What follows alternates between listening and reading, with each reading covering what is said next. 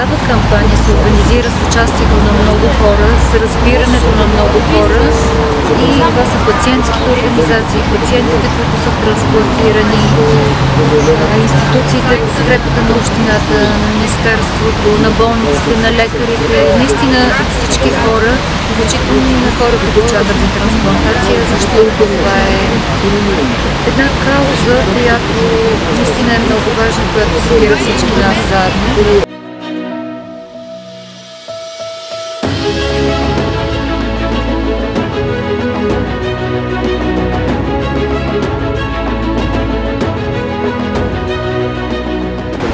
Как се организира такава кампания? Такава кампания се организира на принципа на свободното творчество. Вкарваш малко мисъл в организацията и просто го започваш. Или както се казва, всяко добро начинание започва с една стъпка. Най-важното, което искаме да направим, е да изразим почет към паметта на хората, които са дарили живота, са дарили шанс за втори живот на трансплантираните, да изразим благодарност към техните семейства.